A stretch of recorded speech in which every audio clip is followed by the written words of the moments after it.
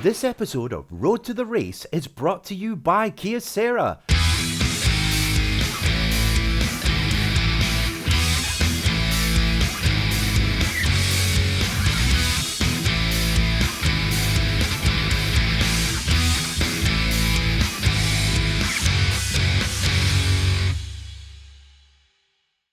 Hey everybody, welcome back to The Horn. And again we have, by popular demand, your popular demand, David Starr. David, great to see you again. Hey Neil, good to see you. Thanks for having me back on The Horn, Always sir. a pleasure, always a pleasure. So David, you and I have joked around a lot about people liking to watch the YouTube reruns of NASCAR races with the crashes and the sparks and such like. And it is entertaining to see, but I know that you take safety very seriously. What's happened in NASCAR over the last few years that makes you feel that it's a lot safer for the drivers to avoid injury? Man, Neil, it's amazing where it's come from. You know, I mean, and what I mean by that is how safe the sport is. And Neil, you're right. People love to see the race cars wrecking. You know, they want to see it crash. They want to see a car catch on fire.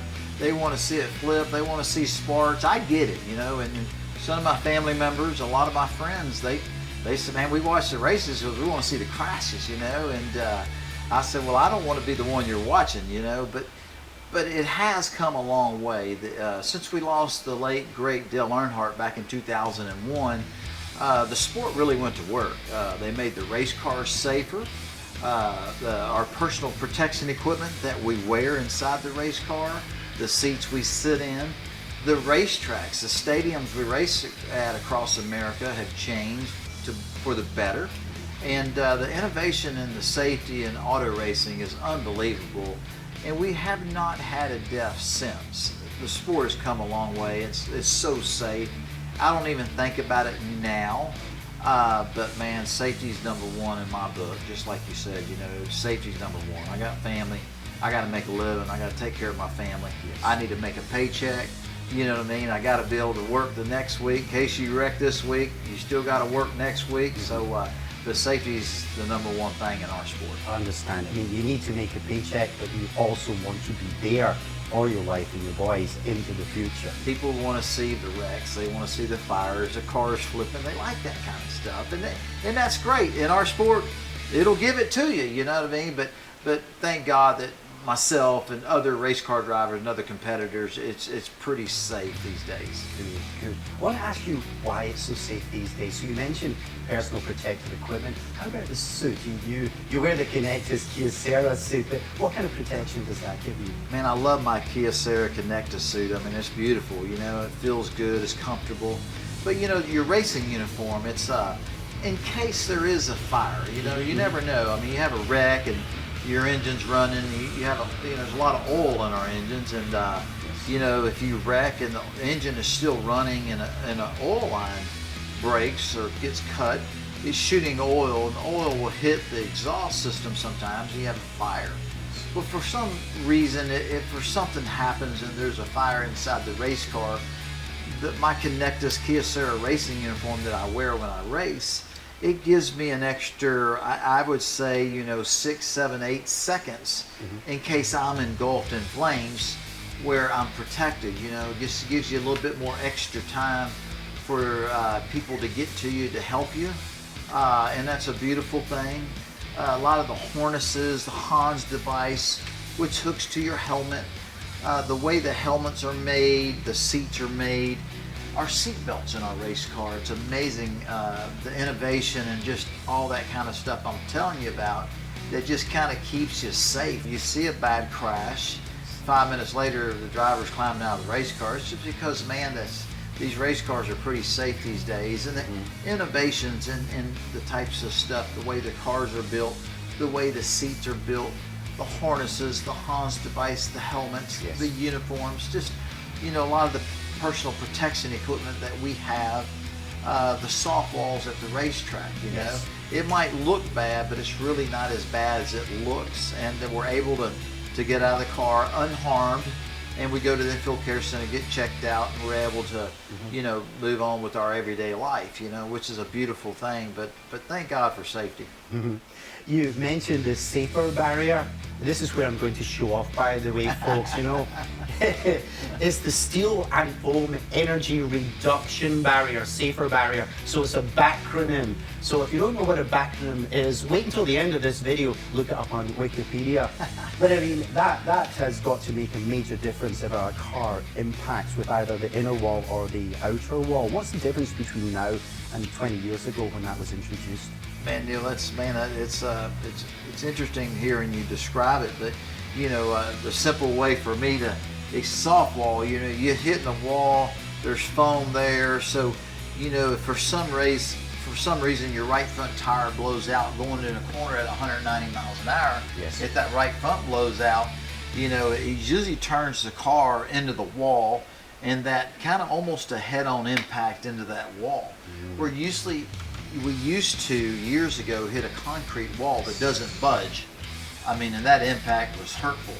But these days now with the soft wall, and you explain what that soft wall is, you know, it's more of a cushion now. When you hit the wall, it absorbs a lot of that energy, and it takes a lot of the you know, it takes the G-forces can be real high. It absorbs a lot of the G-forces on the driver, for the driver, and you know, you can survive it. You know what I mean? It's survivable, and you don't really get any injuries from it. You know, so man, when you talk about soft walls, and you explained it well, it's a beautiful thing in our industry. We have them at racetracks that we race at across America. David, you mentioned the 5-point harness and how tightly it holds you in the seat. And I remember when I came and drove one of your school cars just a few weeks ago, not at the same speeds as David drives, by the way. There was someone else, as well as the instructor beside me, he was leaning through the window and pulling it very, very tight. So I felt secure. But when you're driving, you're also wearing this hands device. But I'm assuming it doesn't hold your head still. You can still move your head around, can you not? Can you describe the hands device to everybody? Yeah, Neil, you got lots of mobility inside the race car. I mean, you're not moving around like all that, but no, you can still turn your head left or right or up and down when you're inside the race car and when you're all strapped in. But the Hans device sits on your shoulders, and your shoulder belts from that 5-point harness, the shoulder belts, we actually got 6 points now, oh, you know. really? But the shoulder straps hold that Hans device to your shoulders, sits on your shoulders very comfortably, and it's got a strap that hooks to the back of your helmet. And what happened was before, when Dale Earnhardt was killed, it was the impact, and I don't have all the terminology right, but basically it broke his neck. And when he broke his neck from that impact of hitting the wall, we didn't have soft walls there. We had concrete walls. You know, it broke his neck. And now with the Hans device, that it's mandatory, you have to use it if you're racing a NASCAR. When you hit something that sudden stop, there's a lot of energy, and you got that sudden stop. You know, something's got to give, and a lot of times your neck would extend or stretch, and you know, it can only stretch so far. Then you get into danger zone, and you know, if Dale Earnhardt would have had the Hans device on, he'd still be with us today. That's how much it does its job. Unfortunately, I tested it before in a testing accident that I had in Milwaukee, at the Milwaukee Mile in Milwaukee, Wisconsin.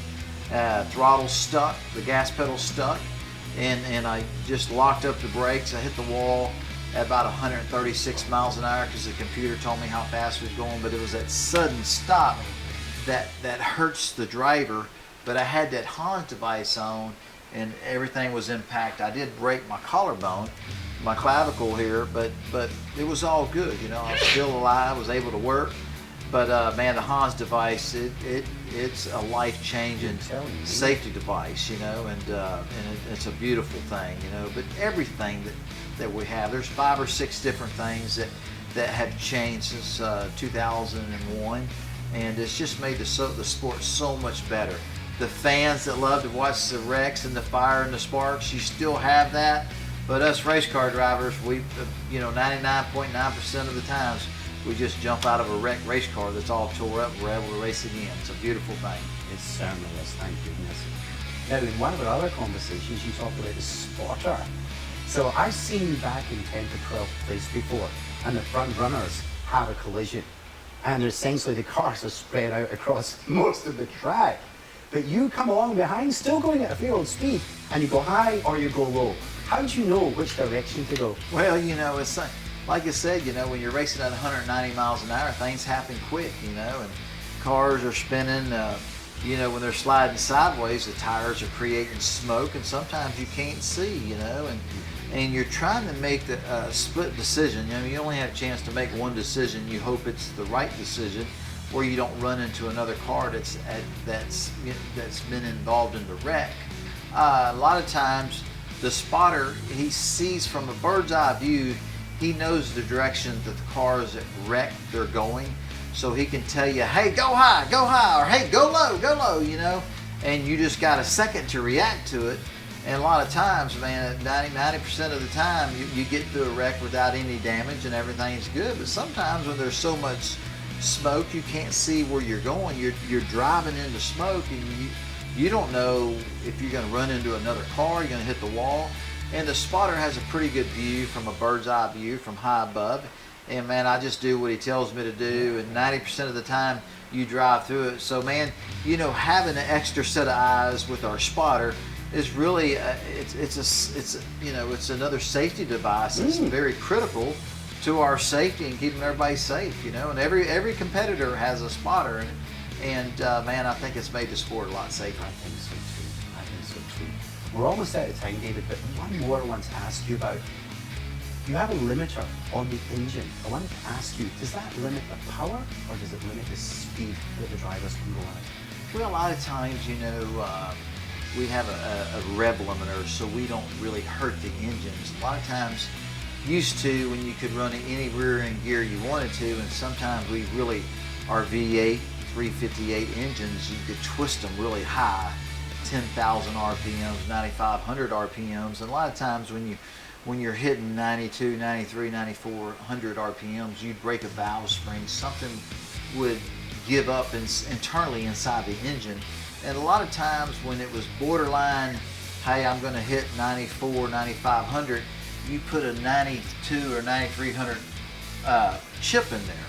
And it's kind of a safety device that keeps you from hurting your engine and keeps you in the race. So a lot of times when we didn't have a rear end gear, and we would twist the heck out of these engines with a lot of RPMs, but you can twist it and it's screaming and hollering. You feel like you're going 300 miles an hour, but a lot of times the engine won't last that long. So we put these little rev limiter chips in there that will stop it at 9,200.